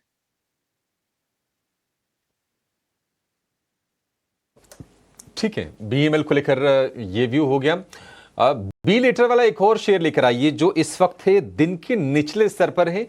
नाम है बाटा इंडिया। बाटा में जो गिरावट है फिलहाल करीब करीब आप देखेंगे करीब 3% के आसपास की गिरावट इस शेयर में बन रही है। राजेश जी, बाटा अब तो एफएनओ का खैर पार्ट है नहीं, एक समय पर काफी फेवरेट स्टॉक हुआ करता था ट्रेडर्स के लिए, लेकिन ये क्या आपको लगता है कि गिरावट अभी और इसमें बढ़ सकती है? क्या करना चाहिए बाटा में अगर किसी की तेजी की पोजीशन हो तो? स्टॉक का स्ट्रक्चर तो वीक है और series of lower top lower bottom formation stock में देखने को मिले। हमें लगता है जिस तरीके की वीकनेस यहाँ पे डेली वीकली टाइम फ्रेम पे बनी हुई है अभी, और भी हमें लगता है गिरावट एक्सटेंड होते हुए दिखेगी। तो एक अंडर परफॉर्मिंग स्टॉक रहा है। कोई भी रिकवरी में अगर हम देखें तो कोई भी सब्सटेंशियल रिकवरी यहाँ नहीं आते हुए दिखी है। जब तक ये स्टॉक 1300 1320 के नीचे ही बना हुआ है, तो हमें लगता है कि देयर इज अ चांसेस कि ये अपने प्रीवियस स्विंग लो जो कि थे करीब 1190 के आसपास के, वो लेवल भी तोड़ता हुआ दिखेगा। और अगर वो टूटते हैं तो फिर इसमें फर्दर और डाउनसाइड 1050 1015 की तरफ भी आते हुए दिख सकती है। तो अवॉइड करना है, अभी यहाँ पे बाय करने की सलाह नहीं रहेगी बाटा में। ठीक है, अवॉइड करने की सलाह है, बाय नहीं करना है। बी लेटर वाले एक और शेयर लेकर आइए और नाम है उसका बीएचईएल। हमने देखा था कि शेयर ये 180 रुपए के भी नीचे चला गया था, 300 रुपए के ऊपर का भाव था कभी इसका, और वहां से रिकवरी बहुत अच्छी रही, लेकिन फिर ऐसा लग रहा है कि नहीं, रिकवरी अब इसकी ना वो थम सी गई है और ये शेयर आज गिरावट का शिकार हो रहा है। डे लो के आसपास फिलहाल हम शेयर को देख रहे हैं। बीएचईएल, अमोल, क्या लगता है आपको कि अब ये इसकी तेजी थम गई है या फिर आपको लगता है कि एक ब्रीदर के बाद फिर से चलेगा? कैसा लग रहा है इसका स्ट्रक्चर आपको? पर अभी पॉज लग रहा है, थोड़ा सा ओवरबॉट था। अगर हम मोमेंटम इंडिकेटर्स देखेंगे तो एक बड़े रैली के बाद एक थोड़ा सा कंसोलिडेशन हुआ और फिर करेक्शन स्टॉक में बढ़ता गया। बट कहीं भी ब्रॉडर सेटअप को दिक्कत नहीं है, मुझे लगता है अभी भी higher high higher lows formation maintain है स्टॉक में। करेक्शन शायद 1 या 2 दिन में और चलता रहेगा, बट ओवरऑल सेटअप अभी भी अच्छा है। मुझे लगता है पोजिशनल पॉइंट ऑफ व्यू से अगर कोई देख रहा है तो 245 240 एक सपोर्ट्स लेवल का काम करेंगे मीडियम टर्म में। अगर वहां के ऊपर अगर स्टॉक सस्टेन होता है तो वापस से एक फ्रेश अपट्रेंड रैली भी देखने को मिल सकते हैं ऑन द हायर साइड। अब कहीं ना कहीं ये 270 वाला जो जोन है वो थोड़ा सा इंपॉर्टेंट और होगा, और वहां पे double bottom double top formation का पॉसिबिलिटी और बढ़ गया है। तो मुझे लगता है 240 245 नीचे में और 270 ऑन द हायर साइड, ये एक रेंज जोन आने वाले दिनों में बेल के लिए बनने के चांसेस चार्ट्स पे दिख के आ रहे हैं। ठीक है, चलिए देखते हैं कि क्या 245 का ये जो सपोर्ट है उसको बचा पाता है क्या? वहां के ज्यादा नजदीक है, 8 रुपए दूर ही तो है, 270 थोड़ा सा दूर लग रहा है, तो ये रेंज के बाहर आपके लिए फिर इसमें ट्रेड के मौके बनेंगे। एक छोटे से ब्रेक के लिए रुकेंगे, लेकिन ब्रेक के बाद जब लौटेंगे तो हमारा फोकस शिफ्ट होगा बीटीएसटी या फिर एसटीबीटी ट्रेड्स पर समझने की कोशिश करेंगे कि आपके लिए बाजार में मौके कल के सत्र के लिए कहां पर बन रहे हैं। हमारे तीनों एक्सपर्ट्स तैयार हैं, आप कहीं जाएगा नहीं।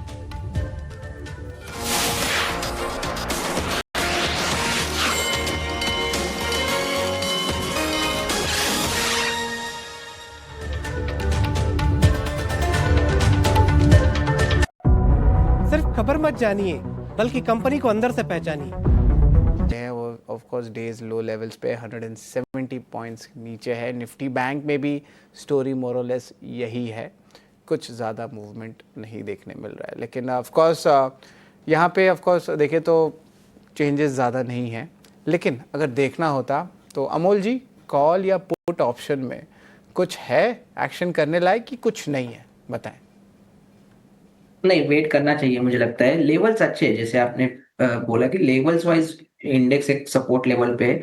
जो मिसिंग फैक्टर है वो है रिवर्सल फॉर्मेशन। अगर रिवर्सल फॉर्मेशन आता है यहाँ से तो डेफिनेटली कॉल ऑप्शन पे ही फोकस होगा, और ट्रिगर लेवल रहेगा 24,650। अगर उसके ऊपर निफ्टी कंफर्टेबली ट्रेड होता है तो मुझे लगता है एक फ्रेश अप ट्रेंड रैली आने के चांसेस ज्यादा बढ़ जाते हैं। वेट का जो अप्रोच है ये आया है, लेकिन ऑफ कोर्स एविएशन सेक्टर में थोड़ी बज़ ज़रूर आ रही है। एविएशन सेक्टर को लेकर पीएम मोदी के पॉजिटिव बयान से इंटरग्लोब एविएशन के शेयर में आज अच्छी खरीदारी देखने को मिल रही है। इस तेज़ी की क्या वजह है, बताने के लिए अभिषेक बताइए।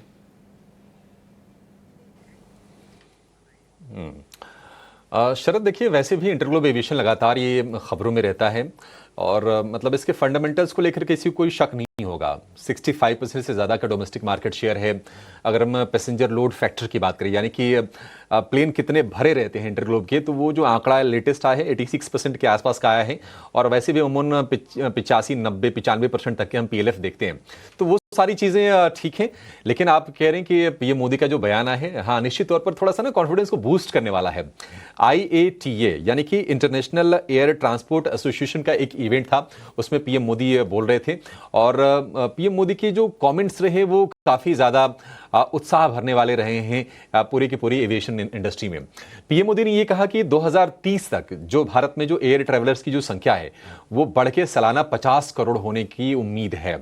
यानी कि अभी जिस लेवल पर है 5 साल में वहां से डबल हो जाएगा। तो निश्चित तौर पर जो भी एयरलाइन कंपनीज हैं उनके लिए ये बड़ा मौका होगा, बिजनेस को भी डबल करने का मौका होगा। साफ तौर पर पीएम मोदी ने यह भी कहा दुनिया भर की एविएशन कंपनी से कि भारत में निवेश करने का ये बिल्कुल सही समय है।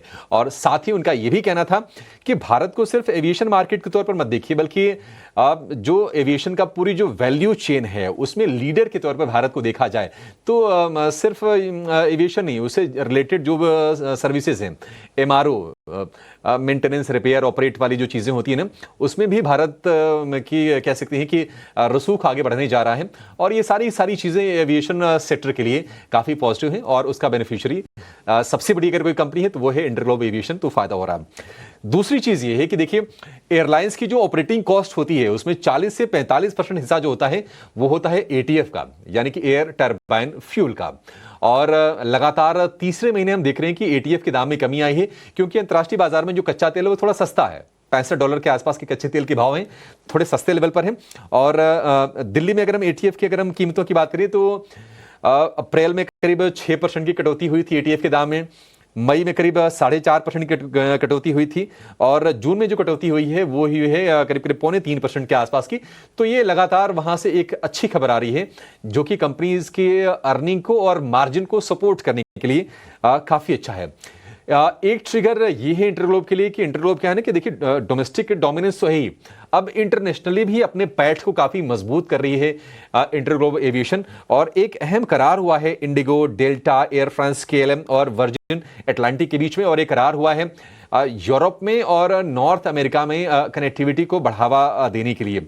आपको बता दें कि इस फाइनेंशियल ईयर में इंटरग्लोब एविएशन की ऑलरेडी तैयारी है विदेश के 10 शहरों तक अपनी ये पहुंच को बढ़ाने के लिए।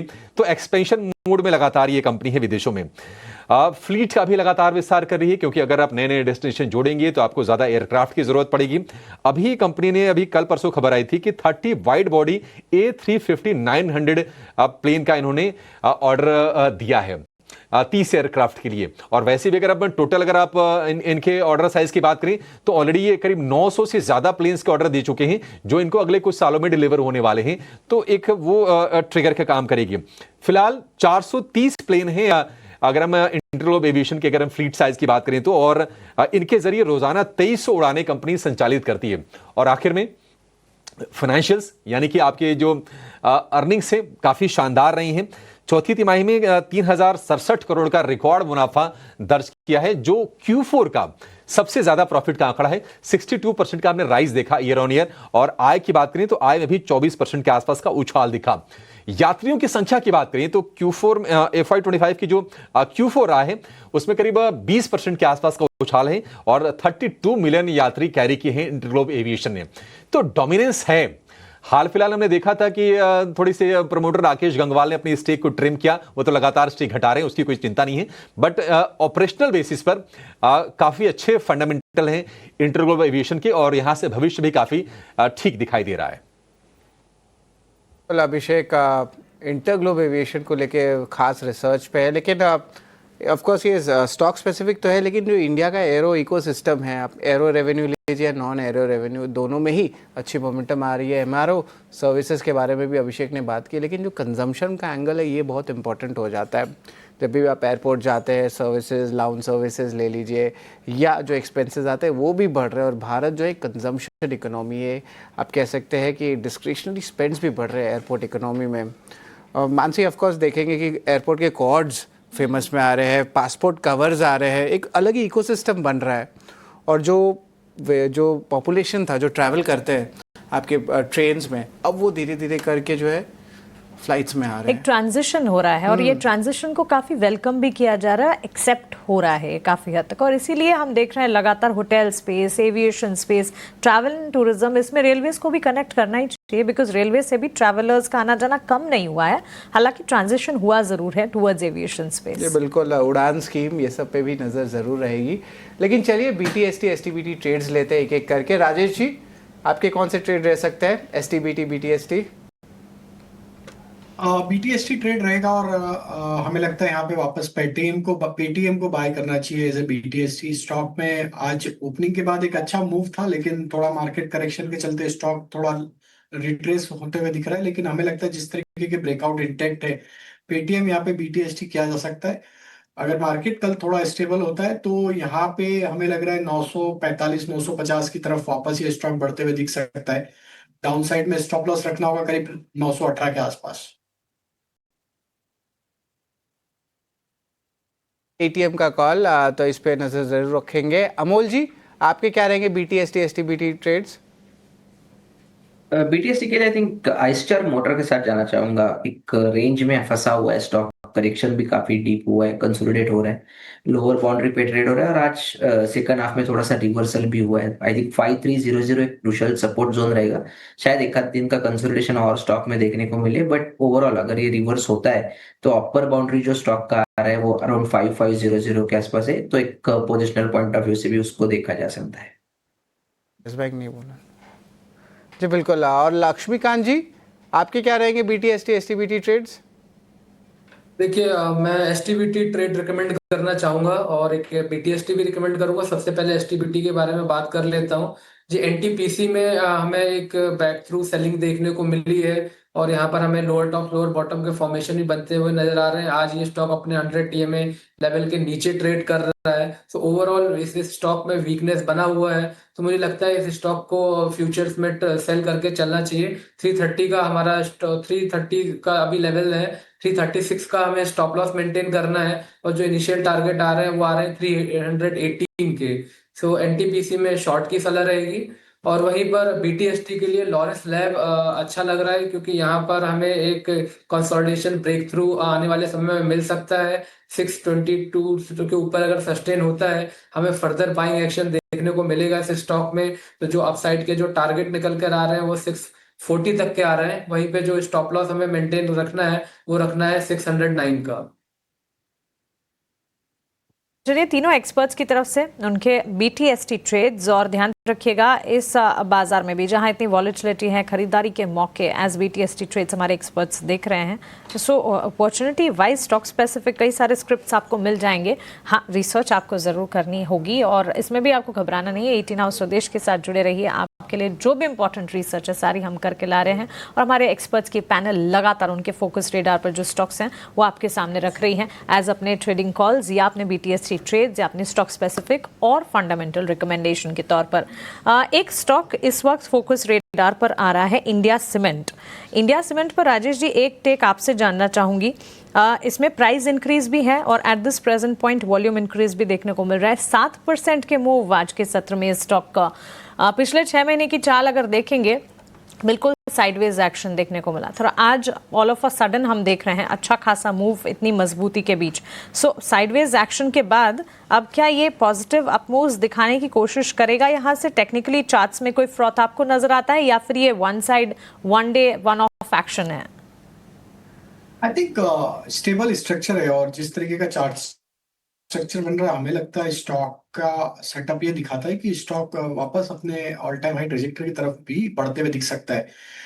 स्टॉक में जिस तरीके के मूव बने पिछले 3-4 महीनों में देखें तो स्टॉक एक अच्छी रिकवरी यहाँ पे 250 रुपीज से ऑल द वे 350 की तरफ अब ये ट्रेड कर रहा है। हमें लगता है यहाँ जब तक ये अब स्टॉक 338 के ऊपर बना हुआ है there is a possibility that कि आगे यहाँ पे stock all time high trajectory की तरफ बढ़ते हुए दिखेगा 390 395 की तरफ। 395 की तरफ ये आगे बढ़ता हुआ नज़र आ सकता है। इस वक्त 353 के लेवल्स पर मजबूती के चाल हम देख रहे हैं। इसके अलावा अगर आप देखेंगे REC PFC आज सुबह तो हम एक्शन के साथ कामकाज देख रहे थे, एक बार फिर से इन्हें रिविजिट करना चाहिए। REC के स्टॉक प्राइस में ऊपरी स्तरों से गेंस जो हैं ये फ्रिजल आउट होते हुए नजर आए हैं और PFC के स्टॉक को भी एक बार देख लेते हैं। यहाँ पर भी इस वक्त तो हम देख रहे हैं बिकवाली का दबाव ब्रोकरेजेस के रेडार पर रहता है ये स्टॉक। इनफैक्ट दोनों स्टॉक अमोल जी REC PFC डाउन ट्रेंड्स हैं, क्या वॉच लिस्ट में रखें, अवॉइड कैटेगरी में रखें या फिर गिरावट में कोई पोजीशन लेनी है? वॉच लिस्ट पे तो जरूर रखना चाहिए। ब्रेकआउट के लिए शायद वेट करना पड़ेगा थोड़ा सा। 410 जो आज का टॉप उसी के आसपास था REC का, अगर वो रेंज को ब्रेक हो जाता है REC में तो एक पॉजिटिव मोमेंटम और बढ़ने के चांसेस चार्ट पे दिख के आ रहे। काफी रेंज बाउंड है, इसके कारण थोड़े से दोनों तरफ के मूवमेंट्स हम देख रहे हैं। मुझे लगता है कि 410 एक इम्पोर्टेंट लेवल रहेगा REC के लिए। अगर PFC के लिए अगर हम देखते हैं तो सिमिलर फॉर्मेशन है, रेंज का जो ब्रेकआउट लेवल रहेगा वो 415 रहेगा। अगर उसके ऊपर के क्लोजिंग आना स्टॉक में चालू हो जाता है तो एक पोजिशनल पॉइंट ऑफ व्यू से भी स्टॉक में एक बुलिश मोमेंटम बढ़ने के चांसेस यहाँ से बढ़ रहे हैं। On the higher side stock में 430 और 435 का रेजिस्टेंस एक शॉर्ट टर्म ट्रेडर्स के लिए बना रहेगा। इसे ज़रूर रखें, ये राय इस वक्त मिलती हुई। त्रिवेणी टर्बाइन के स्टॉक को एक बार देखना चाहिए। प्राइस इंक्रीज देखने को मिलेगा लेकिन वॉल्यूम्स में डिक्रीजिंग ट्रेंड यहाँ पर फिलहाल नजर आ रहा है। 2.5% के गेंस के साथ 590 के लेवल्स पर त्रिवेणी टर्बाइन का स्टॉक ट्रेड करता है। लक्ष्मीकांत जी, इस पर एक टेक आपसे जानना चाहेंगे।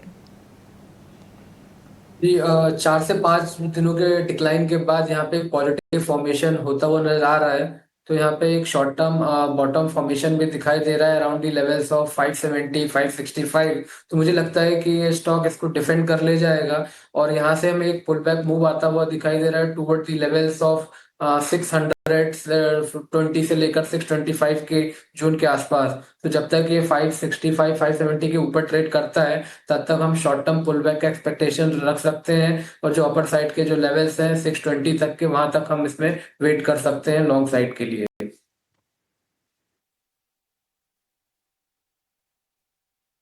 त्रिवेणी टरबाइन को लेकर ये व्यू। राजेश जी, एक व्यू जरा आपसे ना मेट्रोपोलिस पर भी चाहिए। आज हम देख रहे हैं कि डायग्नोस्टिक स्पेस वाली जो कंपनीज हैं, डॉक्टर लाल पैथ लैब तो ऊपरी स्तर से थोड़ा सा नीचे है लेकिन मेट्रोपोलिस में मोमेंटम उसके मुकाबले ज्यादा देख रहे हैं। कहीं ट्रेड बन रहा है आपके हिसाब से? कोई BTST करे? देखिए, बड़े करेक्शन के बाद स्टॉक में थोड़ा रिकवरी के साइन यहाँ पे आते हुए दिखे हैं। स्टॉक में अगर हम नियर टर्म सेटअप के हिसाब से देखें तो ऑलमोस्ट एक नैरो प्राइस रेंज में स्टॉक ट्रेड करते हुए देखने को मिला है, लेकिन आज का मूव थोड़ा इनकरेजिंग है। हमें लगता है यहाँ पे अगर कल के सेशन में ये स्टॉक 1725 के लेवल को वापस क्रॉस करता है तो ये मोमेंटम यहाँ पे 1770 1780 की तरफ बढ़ सकता है। तो कहीं ना कहीं स्टॉक में एक बॉटमिंग आउट होने के अर्ली साइन यहाँ पे जरूर है।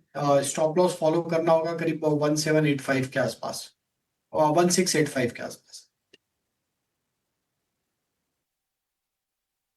1685 का स्टॉप लॉस आपको लगाना है मेट्रोपोलिस हेल्थ के शेयर में।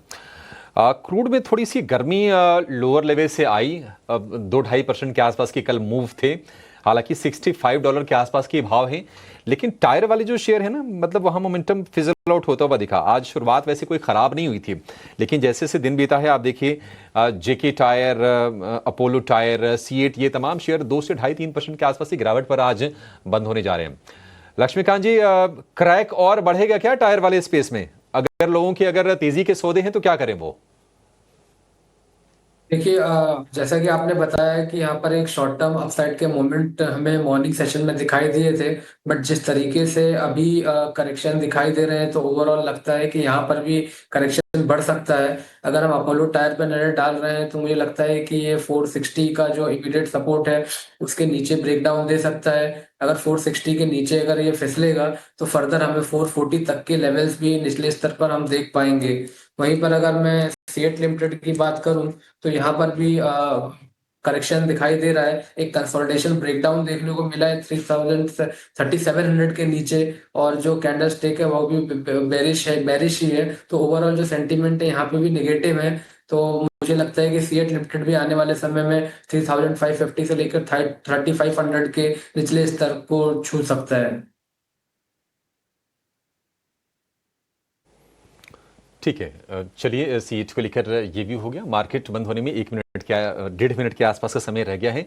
आज टाटा हैरियर के इलेक्ट्रिक वर्जन के लॉन्च पर भी बाजार की नज़र थी और लॉन्च के इवेंट से कुछ तस्वीरें आ रही हैं, आपको दिखाएंगे। बहुत ही आकर्षक ये कार है, काफ़ी पॉपुलर ये एसयूवी है टाटा मोटर की। और जो डिटेल्स आई हैं उसके हिसाब से करीब 560 किलोमीटर के आसपास की रेंज है, 360 डिग्री कैमरा के साथ आ रही है। और बाकी डिटेल्स का इंतज़ार है। कल के सत्र में हम ज़्यादा इस पर चर्चा करेंगे और कोशिश ये भी करेंगे कि मैनेजमेंट से भी बातचीत करें इसको लेकर। तो ये तस्वीरें लॉन्च इवेंट से सीधे आपके स्क्रीन पर। चलिए क्लोजिंग की तरफ बढ़ेंगे। और आज का सत्र थोड़ा सा ना माहौल ख़राब करने वाला रहा। इस सत्र की हम उम्मीद करके चल नहीं रहे थे। निश्चित तौर पर आज FIIs ने बेचा है और जम के बेचा है। आज शाम को जो आंकड़े आएंगे उसमें चीज़ें क्लियर हो भी जाएंगी। निफ्टी 24,500 की सपोर्ट को क्लोजिंग बेसिस पर बचाने में कामयाब रहा है। निफ्टी बैंक की बात करें, क्लोजिंग बेसिस पर 55,500 के सपोर्ट को निफ्टी बैंक ने बचाया है। लेकिन आज ऑल टाइम हाई बना है निफ्टी बैंक में। वहां से अगर आप देखेंगे तो करीब कितने 650-700 पॉइंट नीचे, करीब 600 पॉइंट नीचे निफ्टी बैंक ने आज क्लोजिंग दी है। तो पूरी की पूरी स्क्रीन आपको रेड दिख रही है। और इस रेड स्क्रीन के पीछे वजह यह है कि जो बड़े शेयर्स हैं, आप देखिए वो हम दिखा भी रहे हैं, Reliance, HDFC bank, L&T, Infosys, कहीं से भी आज सपोर्ट मिलता हुआ दिखा नहीं। सेलेक्टिव ऑटो शेयरों में थोड़ी बहुत बाइंग रही है। M&M में बजाज ऑटो में आधे % के आसपास के मूव्स रहे। ग्रासिम की फंड रेज को लेकर खबर आई थी कि 1000 करोड़ रुपए वो नॉन कन्वर्टेबल डिबेंचर के जरिए जुटा रहे हैं, तो वो शेयर थोड़ा सा चला। अदरवाइज माहौल आज थोड़ा सा वीक रहा है बाजार का। ऑटो शेयरों में, ज़्यादातर ऑटो शेयर में आज कमजोरी रही। सीमेंट वाले शेयर कमजोर रहे जो दिग्गज रहे। मेटल माइनिंग के शेयर भी आज कमजोरी के साथ ही बंद हुए हैं। जो बड़ा डेंट लगा येस बैंक में, क्योंकि ब्लॉक डील लगी थी सुबह के सत्र में बाजार खुलने के बाद, करीब 10% टूटकर येस बैंक का शेयर बंद हुआ है। और वोडाफोन में 4% के आसपास की गिरावट रही। लेकिन आज के कह सकते हैं कि स्टार इस कमजोरी वाले माहौल में रहे fertiliser stocks, FACT, RCF, Chambal, ये तमाम शेयर, मैंगलोर केमिकल्स बड़ी तेजी के साथ ये कारोबार करते हुए दिखाई दिए। ये कुछ गेनर्स की लिस्ट है। ये जो आपको 6 शेयर दिख रहे हैं यही है निफ्टी के आज के गेनर्स। हल्की तेजी दिखी है इस शेयरों में। अगर हम ग्रासिम में 1% की और श्रीराम फाइनेंस में 1% की तेजी को छोड़ दें तो थोड़ा सा ना कह सकते हैं कॉन्फिडेंस को शेक करने वाला ये सेशन रहा है। कल 4 जून है और कल से MPC यानी कि मॉनेटरी पॉलिसी कमेटी की बैठक की शुरुआत हो जाएगी। 3 दिन बैठक चलती है।